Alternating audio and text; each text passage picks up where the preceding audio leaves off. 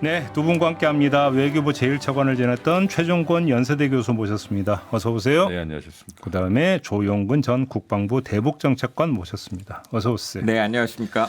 중일 관계부터 좀 살펴보겠습니다.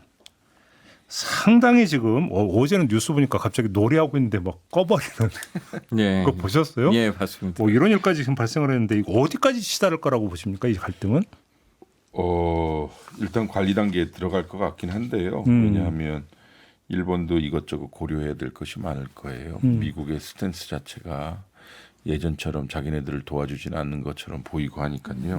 어쨌든 이 사건의 시작은 오늘이 12월 1일이니까 거의 한 달쯤인데요. 11월 7일 일본 국회 예산위원회에서 다카이치 사나 일본 총리가 중국이 대만을 공격할 경우 일본은 존립위기 사태에 해당할 수 있어 집단 자위권 발동이 가능하다. 소위 존립위기설로 간 겁니다. 결국은 이 한마디가 중국을 자극한 것인데 결국 중국 외교부는 강도 높은 비판을 합니다. 특히 일본은 목을 매는 길을 선택했다라는 식의 그런 표현까지 나오네요. 예. 외교적 표현이 매우 강했는데 이 표현 하나만 보더라도 이건 단순히 불만이 아니라 그 중국의 입장에선 자신의 레드라인을 침범한 것이다 이렇게 나오고 있어서 예. 상당히 지난 한 달 동안 중국과 일본에 이런저런 일들이 많았습니다. 그러니까요. 지금 계속 먼저 강도를 올려가고 있던데 일본에 대한 그 제재를 강도를 올라가고 있는데 근데 눈길을 끄는 건 트럼프 행보인데 조금 전에 우리 교수님 말씀드렸는데 일본 편드는 것 같지가 않던데 오히려 말리는 거 아닙니까 지금 일본은? 첫 번째 일본의 관점에서 보면 중국과 일본 사이에 대만 문제를 가지고 지금 외교적 분쟁이 일어나고 있거든요. 그러니까 제3자에서 보면 일본이 대만을 지켜주는 듯한 모습을 보고 있는 이 상황에서 예. 미국 대통령이 자기한테 먼저 전화 안 하고 중국 시진핑 주석한테 먼저 통화를 한 거거든요. 그리고 그게 이제 11월 24일이에요. 시 주석은 트럼프 대통령과 통화를 했고 중국은 대만 문제를 강하게 설명했다고 합니다. 네. 즉 얼마나 역사적으로나 정치적으로 대만이 중국의 일부분인지 설명을 30분여 걸쳐서 했다는 것인데요. 이때 트럼프의 반응은 대만 문제의 중요성을 이해한다고 말했고 이 발언은 언뜻 보면 원론적이지만 제 생각에 일본에서는 크게 충격을 받았던 것으로 보여요. 뒤통수 맞았다 이렇게 되는 일본은 겁니까? 미국이 대만 문제의 전략적 모효성을 조금 더 일본 쪽으로 기울여주기를 기대했는데 그래 니네들이 왜 대만이 중국한테 중요한지 이해해라고 하면서 갸우뚱한 것이죠. 그리고 왜, 나서 그러면 트럼프가 왜 그런다고 봐야 되는 겁니까? 글쎄요. 트럼프 자체는 기본적으로 대만 문제를 그렇게 심각하게 생각하는 것 같지 않아요. 별로 관심이 없는 것 같은데. 북경과 워싱턴의 관계가 타이페이와 워싱턴의 관계보다 당연히 더 중요하고 지금 트럼프 2기 기간에는 미중 관계의 리셋을 위해서 지금 무역이니 정무적인 사안 그리고 국방적인 사안도 리세팅하고 있는 상황에서 일본이 지금 자꾸 노이즈를 만드는 것 같으니까요. 그러니까 그러면 다카이치 총리가 눈치가 없었다. 그러니까 항상 이제 좀 특이한 게 예. 미국 당국자들의 발언입니다. 그러니까 국방 당국끼리도 회담을 하면 항상 미측은 대만 문제에 대해서 한 측이 뭔가를 얘기해 주기를 바랬었는데 요번에 이제 다카이치 총리의 발언에 대해서 미국 당국자들이 대만이란 그 자체의 단어도 다 피하고 있는 상황입니다. 그러니까 실질적으로 미국 입장에서는 다카이치 총리는 자기가 그렇게 해주면 당연히 여태까지 그거에 대해서 지지를 해주고 그런 얘기를 해줄 거라고 생각했는데 전부 다 뭐 일본 방위는 확고하다라든지 동문서답 같은 얘기를 지금 하고 있는 것들이 좀 특징이고 심지어 그 트럼프 대통령이 직접 전화해서 거기에 좀 완화해라 이런 표현을 하고 있는 것이 좀 다른 거라고 생각을 하고 특히 그 미중 정상회담 끝나고 미중 정상 통화 끝나고 그 미측에서 발표한 것이 1시간 통화 중에 30분을 대만 문제를 갖고 얘기했다고 언론에서 보도하고 있습니다. 네. 그러면 이제 중국 입장에서 당연히 시진핑 주석은 트럼프 대통령에게 일본의 행동에 대해서 비난을 했고 이것을 통제해 달라고 얘기했을 것으로 추정되는 겁니다. 그렇게 봐야 된다. 네. 그럼 그 요청을 받아들였다. 그렇습니다. 그리고 미일 정상 간의 통화도 월스트리트 저널의 보도, 일종의 리크성 보도인데요. 거기에 보면 일본은 일본 나름대로 자신의 입장을 미국 대통령에게 설명을 했지만 결국 미국 대통령의 발언은 좀 자제해라, 그만해라 라는 식의 트럼프 대통령의 발언이 있다고 하니 일본으로서 상당히 모절의 동맹이 실망감과 함께 그러면 당혹감을 감추는 트럼프의 수 없는 노림수는 뭐? 그러니까 트럼프가 노리는 거 뭐라고 봐야 되는 겁니까? 일단은 상황 관리인 것 같아요. 그러니까 더 갈등이 첨예화되는 것이 안 좋다. 그러니까 왜 일본이 이 상황에서 나서지? 내가 미국하고 중국하고 관계를 리세팅하려고 하는데. 그게 중요한데 뭘 어떻게 리셋하겠다는 거예요? 그러니까 트럼프가 지금 관세를 활용하여 중국과의 소위 무역 전쟁 혹은 무역 압박을 가하고 있는 상황인데요. 결국은 고질적인 대중 적자에서 벗어나기. 두 번째, 중국이 미국을 활용하여 자기의 경제 성장을 지속하는 것을 방지하기. 여기에서는 세부적으로 들어가서는 반도체와 전기자동차, 소위 미래 산업의 기술 진화를 방지하기 뭐 이런 거거든요. 그렇기 때문에 내년 4월 자신들이 이제 중국을 방문한다고 공식 발표했으니까요. 시진핑과 트럼프 대통령의 통화의 결과로서 그럼 그 전까지 4월이면 앞으로 한 4달 정도밖에 안 남은 것이라 그렇죠. 그 상황을 좀 점진적으로 관리하려고 하는데 어쨌든 현상 유지가 가장 중요한 대만 문제를 자꾸 문제화시키는 일본에 대해서는 불편한 기색이 그러니까 있겠죠. 내년 4월에 빅딜을 그러니까 달성하려고 한다. 트럼프는. 내년 4월이 가는 길이 다 빅딜인 거예요. 그러니까 에이펙 정상회의 이전에 저희가 여기 방송에서 누가 이길 것인가 이런 얘기를 했었지 않습니까? 그 당시에도 판단이 중국이 더 앞서 간다. 히토류, 뭐 대두 문제 네네네네. 이런 것이 있는데 결국은 미중 부산에서 열렸던 미중 정상회담에서 나름대로 통상 협의가 이루어지고 그것이 계속 가는 분위기이기 때문에 그것을 일본이 들어와서 분위기를 망치는 것에 대해서는 분명히 부담을 좀 느끼고 있는 것 같습니다. 왜냐하면 그 25일 날 그 벤선트 미 재무장관이 향후 3년 반 동안 중국이 최소한 8,750만 톤의 대두를 수입할 거다. 그리고 그 일정에 맞게 진행되고 있다. 그렇게 얘기를 하는 것을 보면 일단 통상 협의가 잘 되는 것이 미국 입장에서는 중요한데 거기에 지금 일본이 자꾸 대만 문제로 끼어드는 것은 굉장히 불편하게 느끼는 것으로 보입니다. 그러면 정리를 하면 다카이치는 눈치 없는 오지랖이었다라고 정리를 하고 자 그러면 트럼프의 입장도 이거라면 그러면 제가 하나 여쭤보고 싶은 게 지금 미국은 인도 태평양 전략을 고수를 하고 있잖아요. 그러면 미국이 인태 전략하고 지금 트럼프가 그 추구하는 빅딜하고는 이게 좀 뭔가 엇박자가 나는 거 아닌가요? 그렇게 봐야 되는 거 아닌가요? 그죠. 우리 표현을 하면 엇박자고요. 좀 외교적 용어로 얘기하면 혼동된 시그널이 오며 가며 보내지고 있다라고. 엇박자가 더 쉽네. 그러니까 뭐냐면 여기서 미국의 누구 미국 이건데 백악관의 트럼프와 네. 국무부와 국방부가 지속적으로 보내고 있는 정책적 시그널은 약간 달라 보여요. 그러니까 국방부나 국무부는 중국 견제 그리고 뭐 동맹 현대화, 뭐 인태 전략 등등을 활용하여 중국을 소위 도전 세력 혹은 경쟁자. 그래서 소위 중국에는 우리 동맹 네트워크를 활용해서 견제하려고 하는 거거든요. 근데 트럼프의 미국 혹은 백악관의 트럼프는 그게 왜 나쁘게 지내면 왜 나쁘게 지내야 해? 나는 미중 관계를 소위 리세팅해서 우리에게 좋게 하려고 좀 정무적으로 다가가고 있는데 결국은 좀 약간 메시지가의 내용이 달라 보이죠.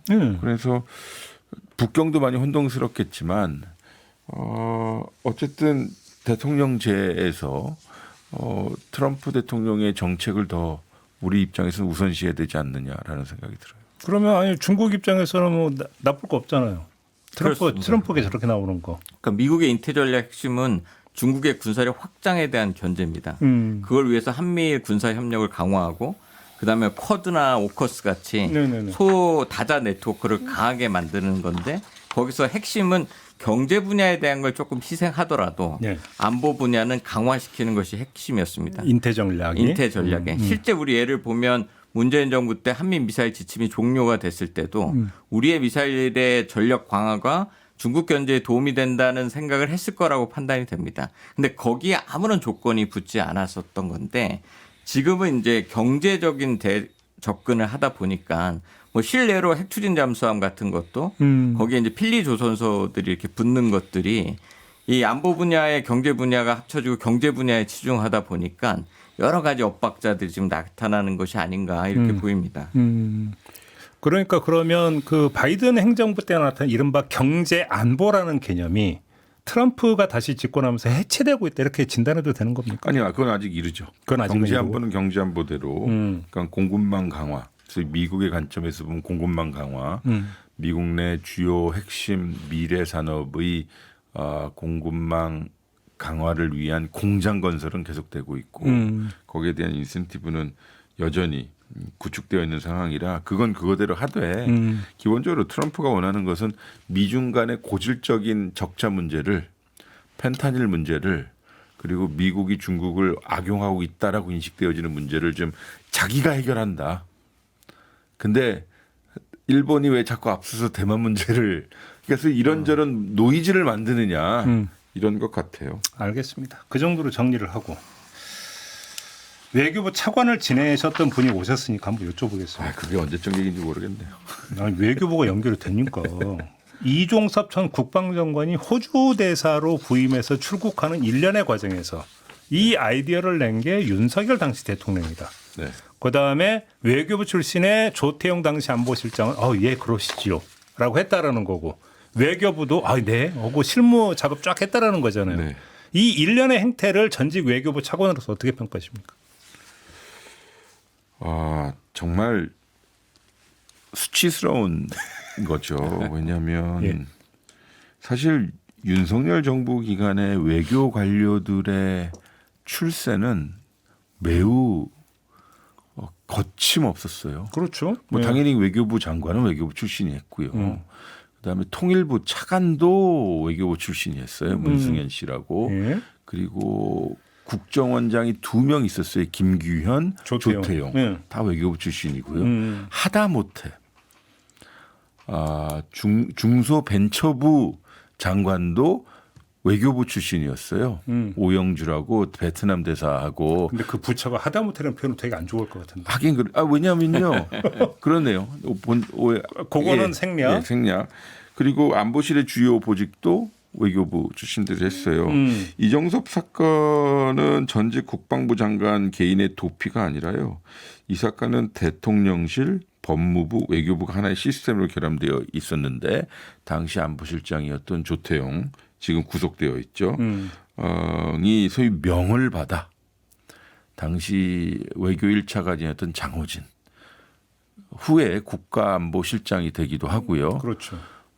그리고 기조실장, 조구레 등으로 이어지는 라인업으로 범죄 혐의가 있는 국방부 장관 출신의 인물을 대사직에 특히 주요국인 호주 대사직에 임용시켜서 도피시키려는 사건입니다. 아니 그러니까 여기서 여쭤볼게요. 도대체 윤석열 전 대통령은 대사보기를 뭘로 받느냐?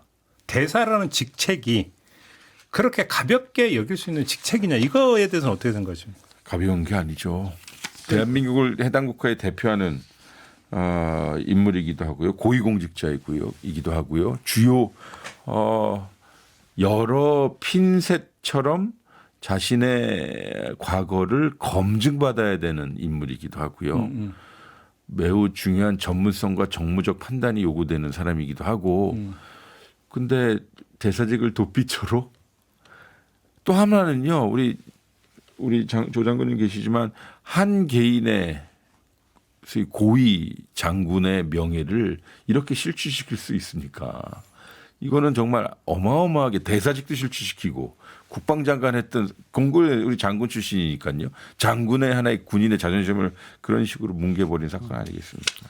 그러니까 사실은 그 국방부 장관이 대사로 나갔던 분이 김장수 예전에 주중대사. 네, 국가안보실장 하셨던 분이 처음이었습니다. 근데 그때 나갔던 것도 국가안보실장을 해서 주중대사를 나갔고 중국에서도 박근혜 대통령의 측근이 왔다고 해서 되게 환영했었는데 그 주변 4강 정도는 좀 예외죠. 그렇습니다. 사실은. 예. 예. 사실 호주 대사는 뭐 그렇게 뭐 비관하는 건 아니지만 차관급도 아닌 실장급 대사인데 이게 1급지, 2급지 그때 그 말씀하셨었죠. 맞아요. 예. 예, 그것을 1급하고 가는 자리였어요. 장관을 하셨던 분이 2단계 실장급이 하셨던 그런 곳으로 가는 것은 그리고 그곳에서 사실 기억하실지 모르겠지만 호주의 주의원하고 그 당시 교민들이 나와가지고 막 반대 시위하는 그런 것도 있었습니다. 그래서 이렇게 후배로서 굉장히 장관을 하셨던 명예라는 것들이 좀 이렇게 낮아지는 걸 보고 그때 굉장히 참담하셨어요. 국방부에 계시지 않았었나요?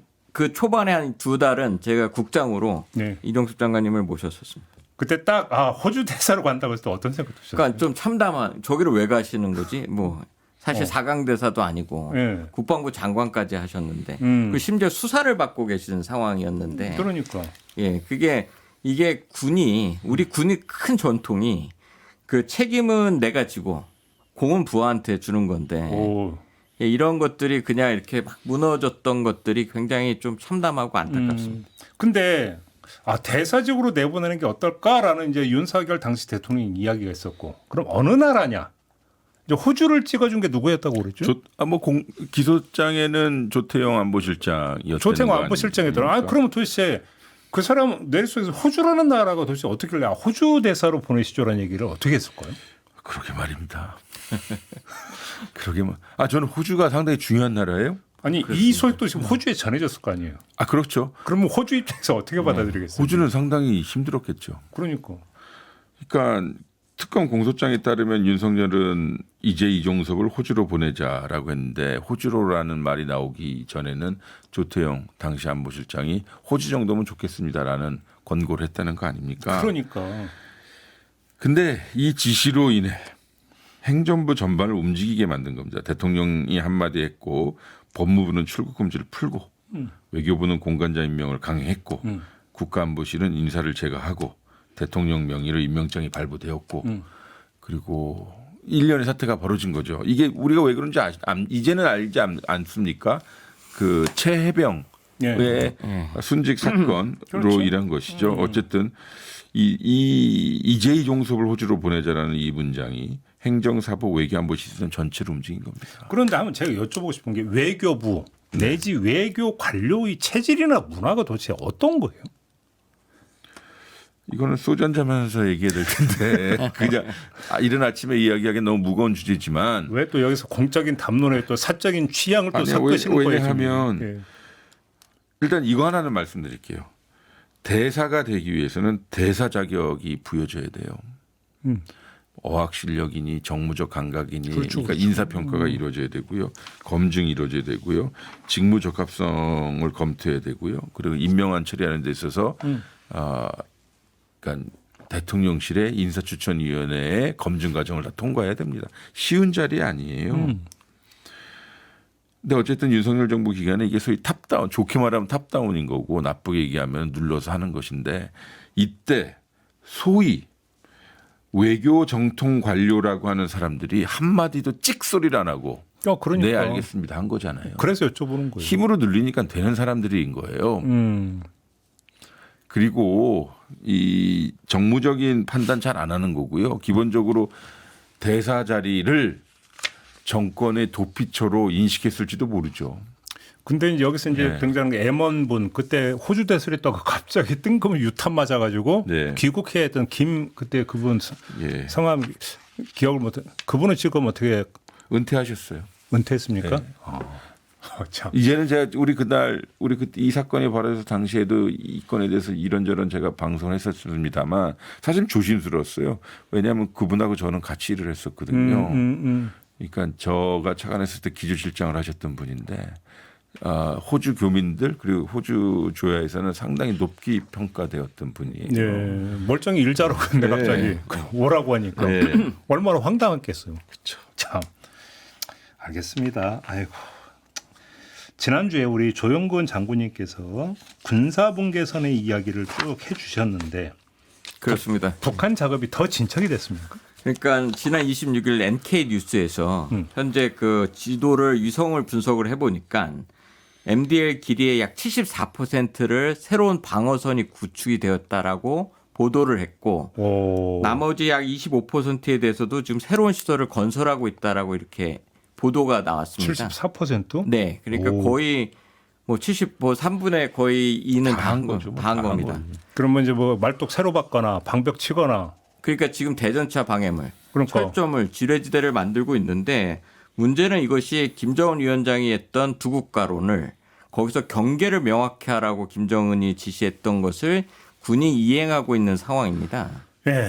그럼 결국은 뭘 하고 있느냐 하면 남북 간의 국경선을 구축하고 있는 상황입니다. 그런 거죠. 예. 근데 가장 큰 문제는 뭐냐면 이제는 우리 군이 이걸 MDL 침범으로 대응을 했는데 예. 결국 여기에 국경선이 구축이 되면 계속 넘어올 수뿐이 없는 상황이 돼버린 겁니다. 그렇죠. 예, 북한 입장에서. 북한 왜냐하면 입장에 군사무기가 이제 다르니까. 우리 땅이라고 주장을 테니까. 예. 그럼 이제 여기는 우리는 계속 경고 사격을 해야 되고 오. 그러면 여기서 무력 충돌이 일어날 가능성이 엄청 커지고 음. 두 번째는 지금 구조물을 75% 정도 만들었다고 하는데 실제 MDL 이남에 설치된 구조물이 없는지를 확인해야 됩니다. 이건 우리 영토에 사실 해당되는 지역에 예. 북한의 시설물이 정말 들어왔느냐 예. 이거에 대한 간주를 해야 되는 부분이 있고 예. 이러면 이제 우리는 어떻게 대응할 거냐. 계속 북한은 굉장히 가까이 와 있는데 예. 이런 문제가 발생합니다. 더 큰 문제는 제도적 장치에 문제가 생깁니다. 정전협정에는 MDL에서 2km를 비무장지대를 남북에 두게 돼 있지 않습니까? 근데 북한군이 이제는 MDL 선상에서 자기네들 국경선 경계를 쓰게 되는 겁니다. 그렇죠. 그럼 이제 정전협정은 어떻게 될 거냐는 거죠. 일단 유엔사는 지금 어떻게 하고 있어요? 그게 가장 큰 문제가 유엔사가 지금 침묵하고 있습니다.